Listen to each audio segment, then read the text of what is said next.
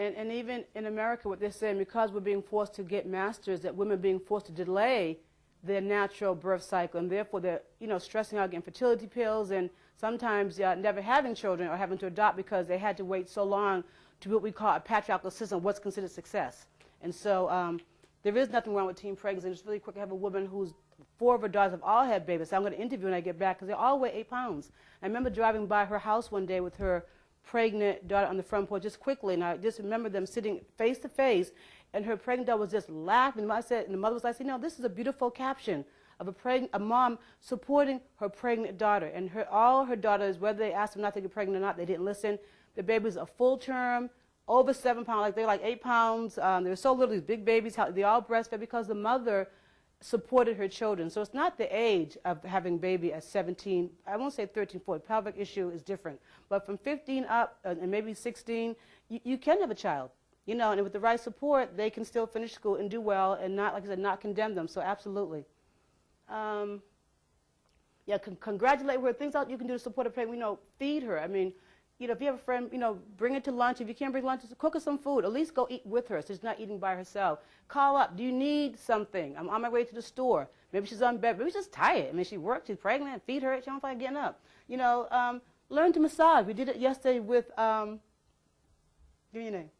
Molly. You meant, just little hits on the back. If you're really comfortable, rub your hand. Just put your hands on and rub us a little bit of Vaseline or olive oil. It's no biggie. There's some physical contact, skin to skin. Congratulations. I do an informal interview. So if you're pregnant, I'm going to ask you, Kathy. So when you were pregnant, did you get a congratulations from anyone? Okay. Who else has children here? Did you get a congratulations? I did. Okay. Betsy, congratulations. Rita? No. Okay. Kimberly? I told you my story. It depends on if it's for my white friends or my black friends. Interesting.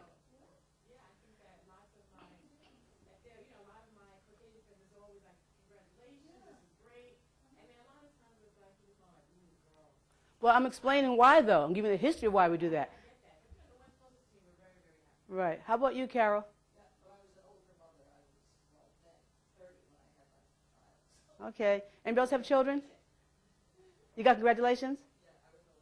Okay. Anybody else have children here? What did you get? Okay, she doesn't remember. So I would say that Kathy and what Kimberly's saying and what I've experienced is what I hear. I travel around the country, and I ask that question in groups just to see. So the climate, I would say about at least 6% of black women do not get congratulated. Not by their doctor, not by their family. What they usually hear is, are you going to keep it? That's the first question. Because we've been condoned that, like I said, we have to support a black woman's right to have a baby. Because we don't support, when you say, are you going to keep it, that's not supporting it. We don't say congratulations, not support. You're not supposed to have children. And so how can you be happy growing a baby when no one's happy for you? You're like a burden on society, So it's important that we start congratulating when once they say they want to keep, I'm like, you know what? I'm so happy for you. I make a big deal about it. And I continue for the whole 40 weeks of making a big deal about it. Be with her. You don't have to be a midwife. Even if she has a husband, the husband can't make it. She's so, I'll say educated, a teen mom, but be with her whenever way you can be with her. Whether it's a phone call, go to occasional prenatal visits. If she's in labor, if she wants you there, to be with her in labor. If you're going to be there, and I'm kind of talking to you, Carol.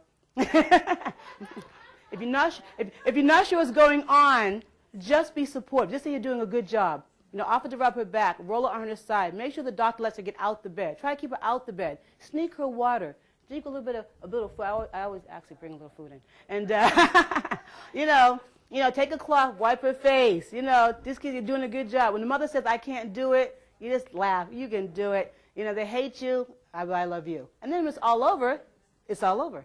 So, and then if you could, we're going to talk about full circle. Do I have 10 minutes left? None? Okay, I'm going to jump to the slideshow. Just really quick, we're trading doulas, and the age range for being doulas are 26 to 35. We had our first guy come in. He was actually a woman who transferred to a man. And what's the next one? And then in terms of ethnicity, our trainees, we're getting a good pull. Majority of our trainees are black women, some Asian, some white, some Hispanic, and 4 other. I don't know how they identified. Is it your organization? Yes. So nationwide, that people are coming for our trainings from our community, which is what we wanted. Years ago, they were not coming. This would have been, number would have been 40 down here, and then this would have been like 5. So, now, can you hit the next one? So now we're seeing that black community is getting what we're talking about. And also, in terms of just economic profile, most of them who come from our training are actually employed. Some are on public assistance, and some have been retired. With children, 24 were single, without a single, what does that mean? Oh, 24 women who took it had children, and then 14 people took our training this year who didn't have children, married, widow, and we trained 57 doulas this year. The next one really quick. Oh, good. So now we go real quick. This is a speedy, fast. How to get out of that?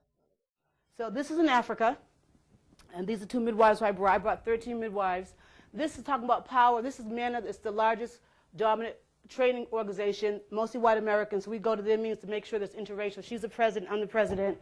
She runs the midwife group in California, and those two are both black midwives in California. So I connect people.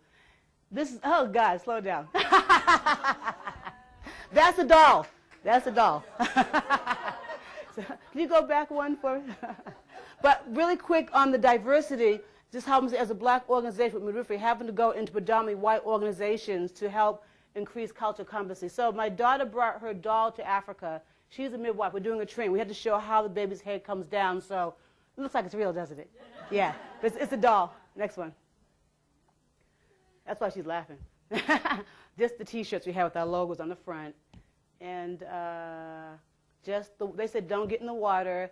I got in the water. I came back with all kinds of sores. I said, oh, my God, I have leprosy. I have, what do you call those things, parasites? But I was having a reaction to the malaria medicine. So it wasn't the water. Because to stop that right there, that's my daughter. No, go back to my daughter. I miss her. Okay. She brought the dolls. That's Dia. And this is her best friend that she met in Sierra Leone in the village. And they both, she had twin dolls, so she's sharing her dolls with them. And she lets us borrow them. Okay. And so now we're just showing positions that are good if the cord comes. I'm giving you all midwifery training. If the cord is what we call prolapse, then you have to put the mother on hands and knees and you push the cord back in and hold the baby's up till you get to a hospital. So because these midwives, there's 42 midwives from 42 villages that were paid to come for the training, and we teach them the importance of prenatal care, because they know the birth, they don't know the prenatal care component, but they had technical questions on prolapse cord, so we're showing them what you can do. We'll do the next one. And these are, this guy here is the Minister of Security that let us come into Sierra Leone, and this is one of the, I'll call him a bodyguard, the rest of the delegation that came in from America. And she's one of the village ladies there, and we're just holding hands, and they do a lot of prayer. I think we're praying about something. And we show them, we do the hand washing technique, because even though they're really clean, a lot have been trained by the World Health Organization. Some hadn't. It was part of our curriculum just to go with basic hand washing. So if you have the DVD that I have, they have like a wonderful song they made up to go with it. It's just a fun song that they're so wonderful. So this women, every morning we woke up outside the village. We were inside like a fenced area, so it'd be 100 pregnant women from around the whole chiefdom who walked, because they thought we had a lot of things to give them. But we did have birth supplies. So Barbara Douglas is a nurse midwife, MBA. She runs a major hospital in California. She was our clinical director. We had to bring in, I'm not a nurse midwife, we had to bring in a nurse midwife for a clinical director. And she's passing out the plastic bag with the razor blade and a glove and a shoestring. We're telling them to keep the bag up from the children, but there's no up for them. They sleep on the floor. Everything's on the floor. So we're trying to figure out where you're going to put this so your child doesn't eat the plastic or maybe get cut with the razor. Go ahead.